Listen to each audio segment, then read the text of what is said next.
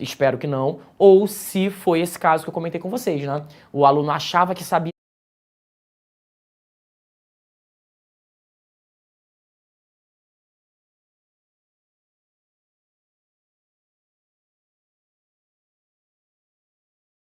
muito, de repente percebeu que não sabia tanto, e em vez de arrasar, ele acabou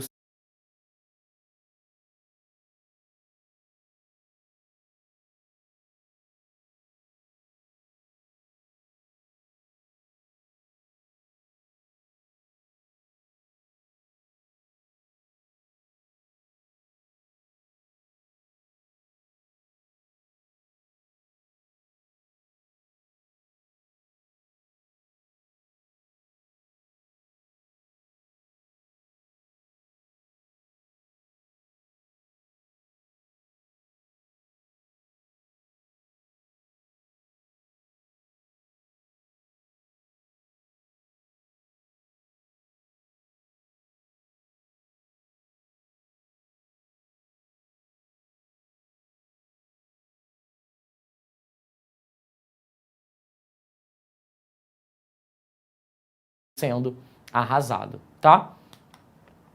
Vamos lá? Cadê? Marquei aqui, ó.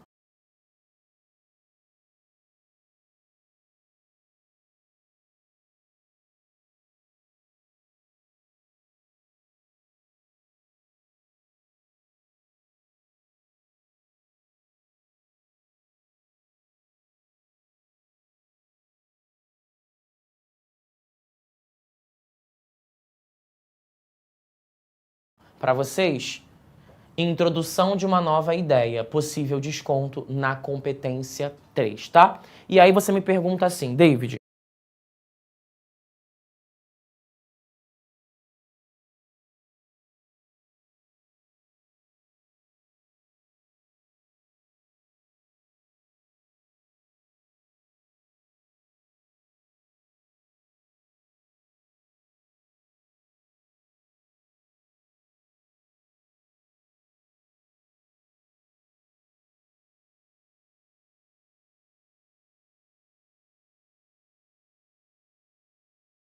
que estrutura você me recomenda? Vamos fazer assim?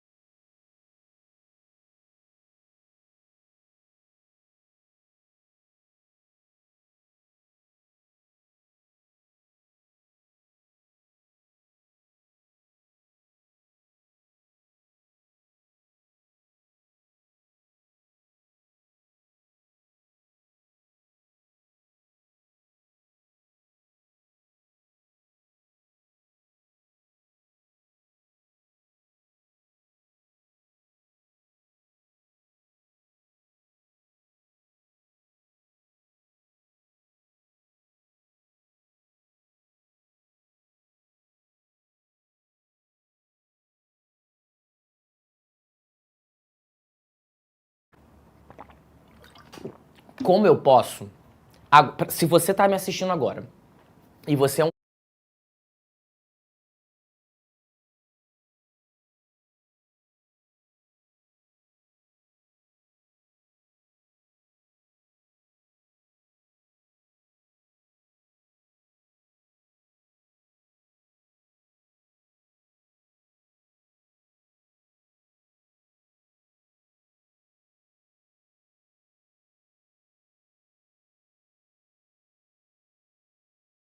cara que vive essa situação.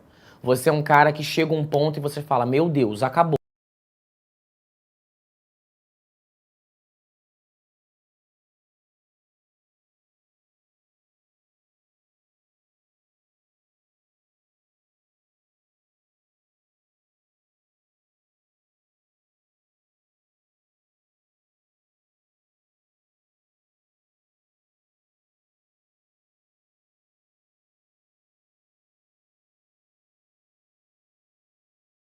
secou a fonte, não sei mais o que dizer. David, o que você recomenda que eu faça?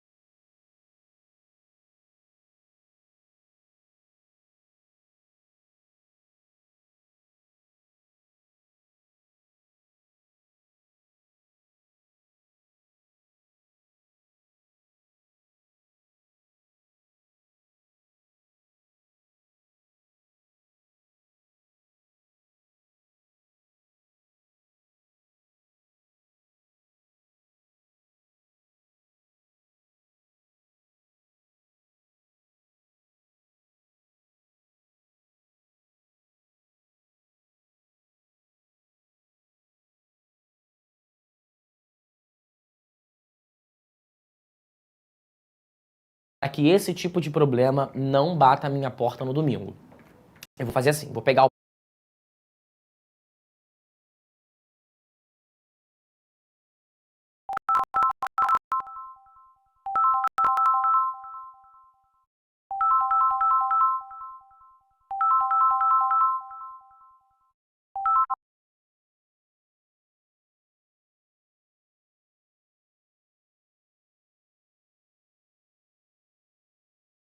parágrafo, vou colocar num microscópio para a gente conseguir ver não só duas funções, mas 4 funções. Então eu vou pegar o tópico frasal e a base argumentativa e vamos dissecar o tópico frasal e a base argumentativa. Você sabe o que é dissecar, né? Nós vamos destrinchar cada partezinha, tentando extrair do parágrafo uma espécie de comando fixo, assim. Que tipo de comandos eu posso seguir no meu parágrafo para que eu tenha sempre a certeza de que não vai me acontecer uma situação como essa? Peguei o tema persistência da violência contra a mulher, um tema clássico lá de 2015, muito popular no Enem. O aluno diz assim: dessa forma, deve-se perceber que a violência contra a mulher é devido, faltou um "é" aqui, tá, gente? É devido à cultura machista presente na sociedade. Então, a violência contra a mulher é devido à cultura machista presente na sociedade. Isso aqui a gente está chamando de tópico frasal, certo? Já há algum tempo estamos chamando de tópico frasal. Mas é possível a gente observar a anatomia do tópico frasal, ou seja, observar que partes compõem esse tópico frasal. Perceba, reparem que eu estou marcando aqui esse pedaço de azul. O pedaço de azul é a identificação do problema central, certo? Como é que eu sei que é o problema central? Ora, porque é o problema mencionado no tema, persistência da violência contra a mulher. Então, o que está destacado de azul e que está no tópico frasal é o problema central sobre o qual o Enem espera que você escreva. Depois de colocar o problema central no tópico frasal, o aluno coloca isso aqui que está em rosa, percebe? Cultura machista presente na sociedade. Bom, se o que está em azul é o problema central, o que está em rosa é a causa para o problema. Certo? O que está em azul é o problema central e o que está em rosa é a causa para o problema. Parei aqui. Até aqui nos ajudou o Senhor? Você entende isso que eu estou mostrando? Eu estou observando só o tópico frasal. Me mandem um sim ou um não. Fluiu. Se você entendeu o tópico frasal, a gente pode passar para a próxima etapa. Mas antes eu quero me certificar de que você entendeu. Entendi o tópico frasal, David. Pegou o tópico frasal, bota o problema e a causa do problema. E o problema central é aquele que o próprio Enem aponta. Tudo bem? Todo mundo comigo? Joyce, Osmar, Luana, cadê? Letícia, Lorena, Manuel, beleza, ok. Então, voltando para a nossa estrutura básica, isso aqui a gente já matou, tudo bem? Nós verificamos que no tópico frasal você tem o problema central e a causa do problema central. Eu ouvi um amém? Tudo bem? Agora nós temos uma outra missão. A nossa missão é, e essa partezona? Não é isso? Porque essa partezinha é mais fácil. Problema central, causa do problema central, fechou. E essa partezona, como é que a gente divide? Vamos observar. Agora fica um pouquinho mais difícil, mas também nada que mereça o seu desespero, não. Vamos dar uma observada. Nessa parte em amarelo, o que que o aluno faz? Você tem que imaginar, imagina assim. Imagina que você olhou para a parte roxa, e alguém te perguntou assim: me prova que isso existe? Me prova que isso existe? Ou seja, me prova que isso aqui existe? Me prova que uma cultura machista existe? Aí você vai me contar a prova da existência dessa causa. Cada um aqui pode provar a existência do machismo de uma forma diferente. Então vá lá. Tainara Ferreira pode me provar assim: ah, David, há muitas piadas, né? Muita piada que coloca a mulher na posição de burra, de loira burra, que estigmatiza, estereotipa a mulher. Beleza, muitas piadas que estigmatizam a mulher. A Emily pode me dizer assim: ah, David, eu acho que os comerciais de cerveja são um bom exemplo de como a cultura machista age na mulher. Mulheres muito sexualizadas, sempre em posição de serventia em relação ao homem. É uma prova. A Sandra Sueli diz assim: ah, David, eu provaria que a cultura machista existe porque quando a gente observa o salário das mulheres no Brasil, a gente percebe que elas recebem menos do que os homens. Não é isso? Mulher recebe menos do que os homens, ainda que exerçam as mesmas funções. Legal. Vejam que existem várias maneiras diferentes de você provar a causa do problema. Ou melhor, provar a existência da causa do problema. Então, nesta parte em amarela, você prova a existência da causa do problema. Como é que você prova que existe? Cada um tem um jeito de provar. Eu posso dizer, ó, a cultura machista existe porque muitas mulheres são julgadas quando se separam. Uma mulher não pode se separar, tem que ficar casada para sempre, porque se ela se separar, ela vai ser entendida como uma desquitada, uma mulher fácil, e por aí vai. Enfim, você pode escolher várias maneiras diferentes de provar a existência da causa. Como este camarada, ou esta camarada, escolheu provar a existência da causa? Dizendo que no Brasil existe uma estrutura familiar patriarcal. Homem cuida da casa. Cuida da casa, não. Homem provê a casa. Paga a conta, trabalha fora. Esse é o papel do homem. Gerir a casa, fazer o dinheiro chegar até o seio familiar. E elas? Elas são dependentes desse dinheiro para cuidar da casa, dos afazeres domésticos e dos filhos. Então ela tem que lavar a louça, lavar a roupa, cuidar da casa, cuidar do filho. E todo o dinheiro que ela vai precisar para fazer isso vem do trabalho do homem. Isso é uma estrutura, isso é o que se espera, esse é um formato tradicional de uma família no seu formato patriarcal. Essa é a prova da existência da causa. Me fiz claro? Cada um foi de um jeito. Um foi na piada, outro foi na cerveja, outro foi no salário, e esse cara aqui foi na estrutura patriarcal esperada a respeito de uma família. Tudo bem? Tudo bem? Tudo certo aqui? Identificação do problema central, causa para o problema central e prova da existência da causa. Você precisa se dizer assim: como eu posso concretizar essa ideia de que a cultura machista existe? Onde eu observo a cultura machista?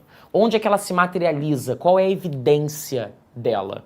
Então, cada um pode ir por um caminho diferente para mostrar essa evidência. Agora, veja, temos esse último pedaço aqui.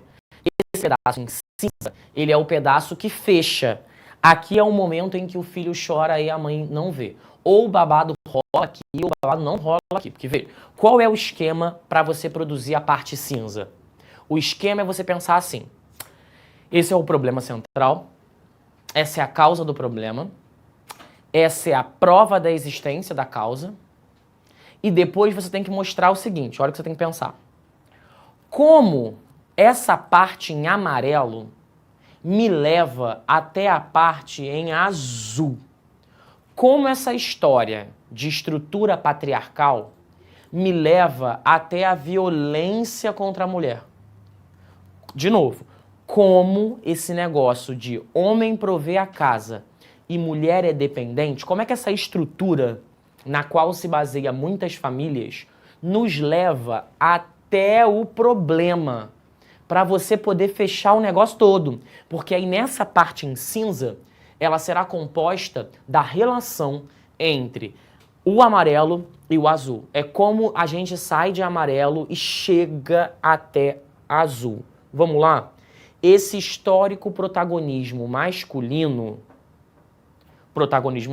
fez sentido. O homem trabalha fora, ganha dinheiro. A mulher é coadjuvante. Então, esse histórico protagonismo masculino fez da mulher uma cidadã sem voz, sem reconhecimento e sem, na prática, os mesmos direitos, inclusive sobre seu próprio corpo. Faz absoluto sentido. Se a mulher é a coadjuvante da casa, se a mulher não tem um papel de destaque, de importância, de relevo, ela foi ficando sem voz, sem reconhecimento e sem os mesmos direitos, inclusive direitos do seu próprio corpo. Ela é apenas uma peça responsável pela manutenção da casa. Se a casa estiver limpa, cheirosa e comida no prato, então ela está cumprindo o seu papel. Ela, portanto, não é vista como um ser humano.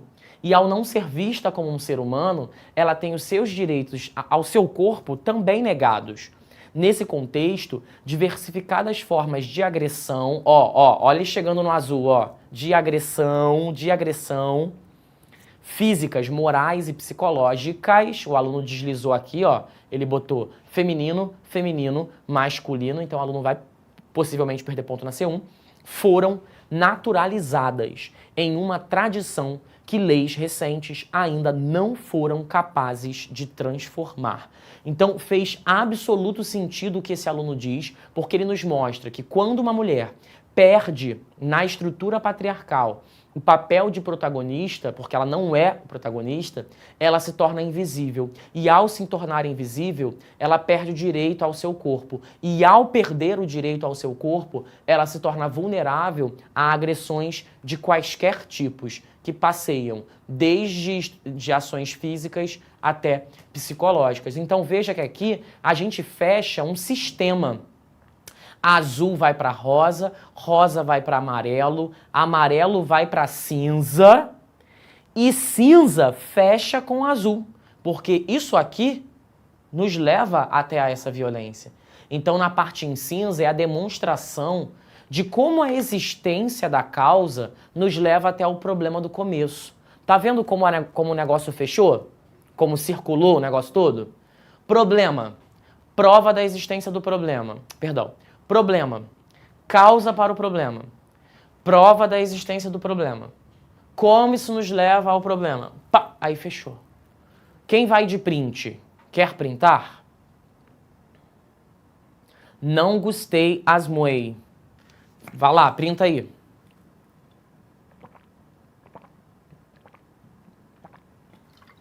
Vocês querem ver mais um? Eu acho que pode ser legal, né? A gente vê mais um parágrafo com esta estrutura para vocês perceberem que é possível fazer esse algoritmo rodar. Essa mesma estrutura. O detalhamento... Que detalhamento, gente? Alguém perguntou ali no chat. E o detalhamento, professor? De que detalhamento estamos falando? Que isso? Que detalhamento? O quê? O parágrafo já está suficientemente detalhado, gente. Vamos lá. O tema aqui... eu fiz um resumão. Resumão, Identificação do problema. Esse é o problema, não é isso? Identificação do problema, esse é o problema. Aí vem causa para o problema. Machismo. Aí já fechou o tópico frasal. Persistência da violência, qual é a causa para esse problema? Machismo. Fechou o tópico frasal. Aí vem, como é que a gente pode provar a existência da causa? A estrutura patriarcal. Homens são protagonistas, provedores, e mulheres são dependentes. Essa é uma estrutura patriarcal. A estrutura patriarcal brasileira, ela é uma prova desse machismo. Depois de mostrar essa estrutura patriarcal, ele precisa mostrar como a estrutura patriarcal nos leva até a persistência da violência. Como esta estrutura nos leva até aqui.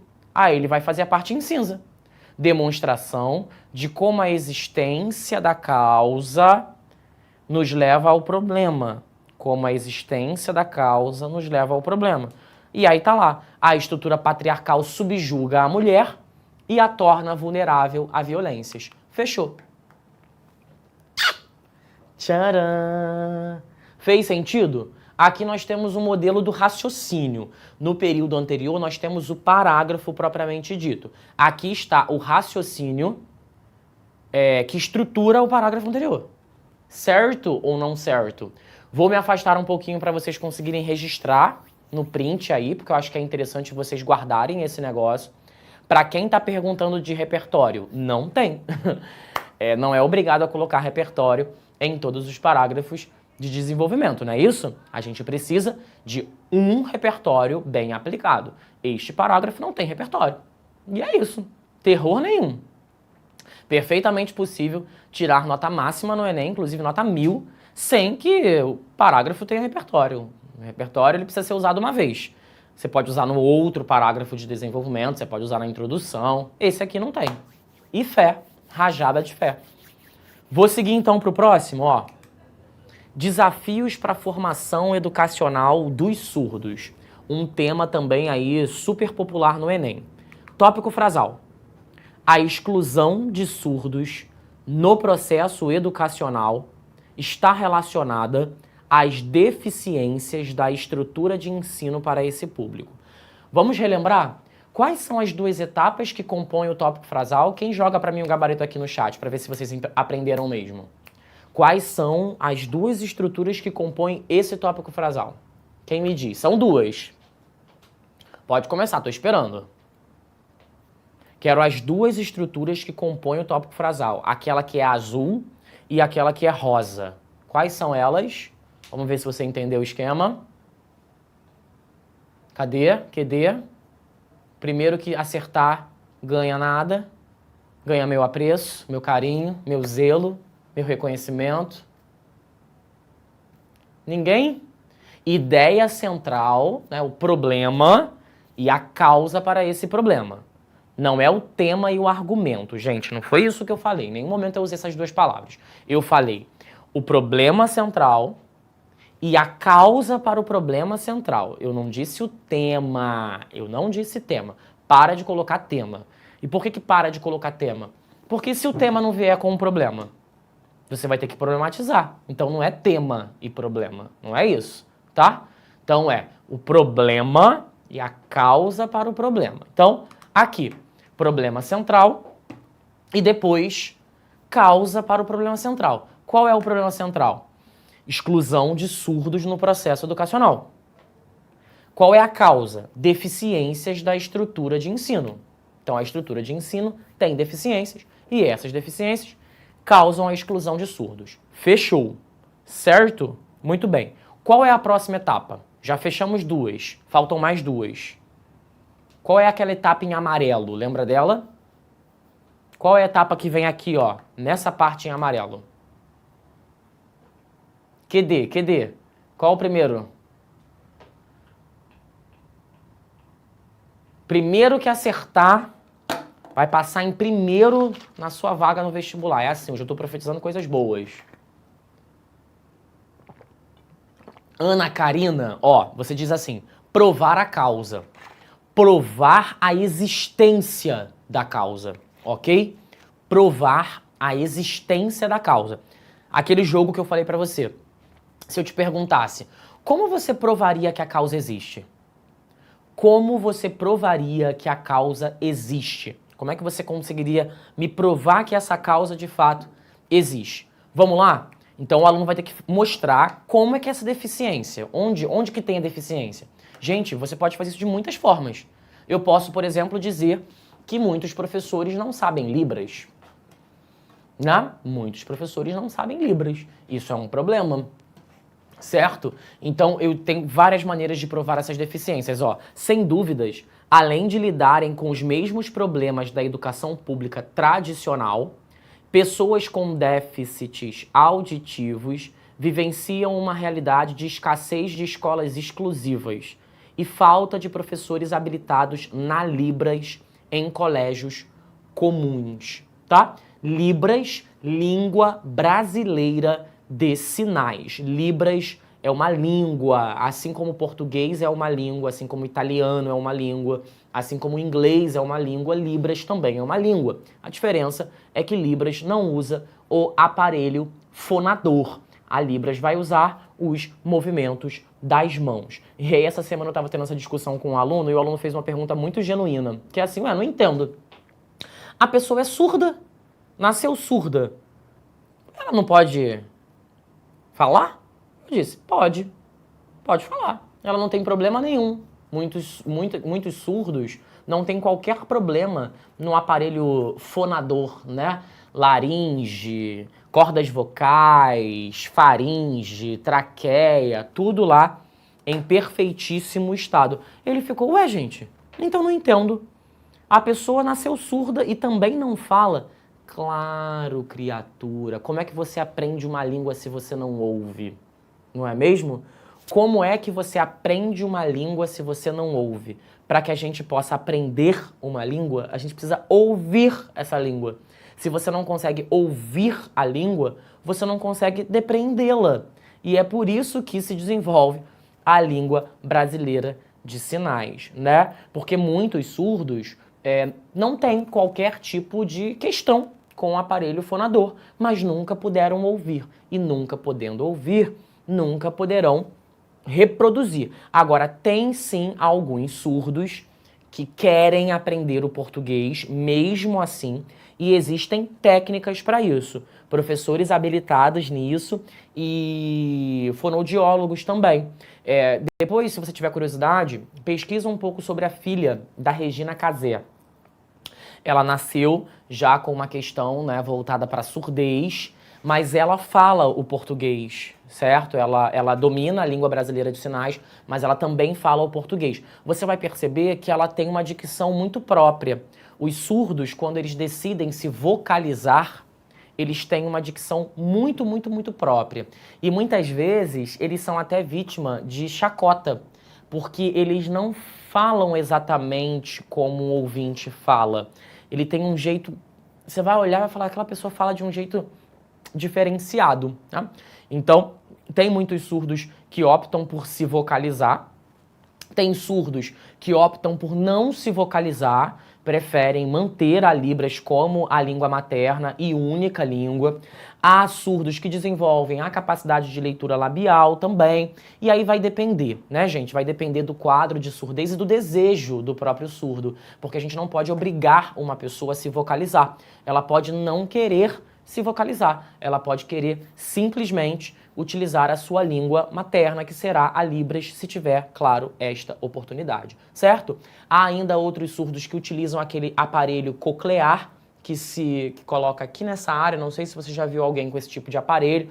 Então a gente tende a colocar os surdos todos no mesmo balaio, mas a verdade é que o público surdo ele é muito heterogêneo e cada um vai decidir alguma coisa em relação à sua vida em função da demanda, né? Tá? Bom, então como é que o aluno provou a existência da causa? O aluno provou a existência da causa dizendo que a gente tem uma escassez de escolas para o público surdo, é verdade, a gente não tem muitas escolas especializadas para o público surdo no Brasil e nós não temos uma quantidade grande de professores habilitados em Libras, né? A gente, infelizmente, precisa acabar contando com um professor assistente para poder dar essa assistência. Agora, o que falta mesmo, hein? Quem me ajuda? Nessa parte em cinza, nós precisamos mostrar o seguinte: como a falta de escola exclusiva e como a falta de professores habilitados em Libras nos leva à exclusão dos surdos. Como esta situação nos leva até aqui? Como é que o fato de ter pouca escola e pouco professor que saiba Libras exclui o surdo do processo educativo? Vamos fechar? Com isso, muitos desses estudantes não conseguem vagas em instituições adaptadas. Claro que não conseguem vagas, quase não tem escola, a quantidade de vagas será reduzida. E tem que lidar com desafios ainda maiores no processo ensino-aprendizagem. Claro, porque se você não consegue reconhecer o que o professor está falando e o professor também não consegue reconhecer o que você está comunicando, como é que você aprende? Essa realidade quase inviabiliza a continuidade dos estudos em diversos casos, o que gera frequentes desistências. É isso, a pessoa está em sala de aula, mas ela não está entendendo o que o professor está dizendo, o professor não está conseguindo se comunicar com ela. Esse cara evade, esse cara sai da escola, ou até esse cara nem conseguiu se matricular, porque a quantidade de escola é escassa, como fica claro pela redução do número de matrículas nos últimos anos. Aí eu entendo como o surdo fica excluído. Porque não adianta você matricular um surdo numa sala de ouvintes se você não dá as ferramentas fundamentais para que ele de fato se sinta incluso, né? Gente, eu acho que funcionou mesmo. Aliás, funcionou mesmo não, funcionou bem esse parágrafo. É um parágrafo que fez sentido, tá redondo, cumpriu as 4 funções. O que vocês acharam? Gostaram, não gostaram? Eu acho que você pode usar esse esquema para impedir que situações de incoerência aconteçam ou até para impedir que você chegue ao meio do parágrafo e você não tenha mais o que dizer, né? É importante ter o que dizer do começo ao final do parágrafo, tá? Alguém me perguntou se eu sei Libras. Não, eu não sei Libras. Eu sei algumas coisas, eu me comunico, eu me viro, mas não diria que eu tenho como segunda língua Libras não, tá? Até porque a gente na Faculdade de Letras tem aula de Libras, mas é bem pouquinho. Tudo bem? Gostaram? Gente, eu preciso começar a me despedir, mas antes de me despedir de vocês, eu quero convidá-los, claro, para as nossas próximas transições, nas nossas próximas transmissões. Já já o Glaucio chega com sua aula de matemática, mas ao longo da semana inteira vocês têm muitas aulas importantes, não deixem de vir, tá? Principalmente nessa fase final em que vocês já estão um pouco mais cansados, eu entendo, mas não dá para esmorecer. E claro, ó, aulão de véspera, dias 4 e 11 de novembro. Dia 4 eu vou estar aqui, óbvio, porque no dia seguinte é a prova, e no dia 11 a galera das exatas estará aqui também fazendo a festa com vocês a partir das 9 da manhã. Joia ou não joia? Vamos ter muita coisa ainda, não acabou não. A gente está em clima de fim, mas ainda temos muita coisa, tá? Muitíssimo obrigado pela presença de vocês, espero que o encontro tenha sido produtivo, foi preparado com muito carinho, como tudo nessa reta final que a gente está começamos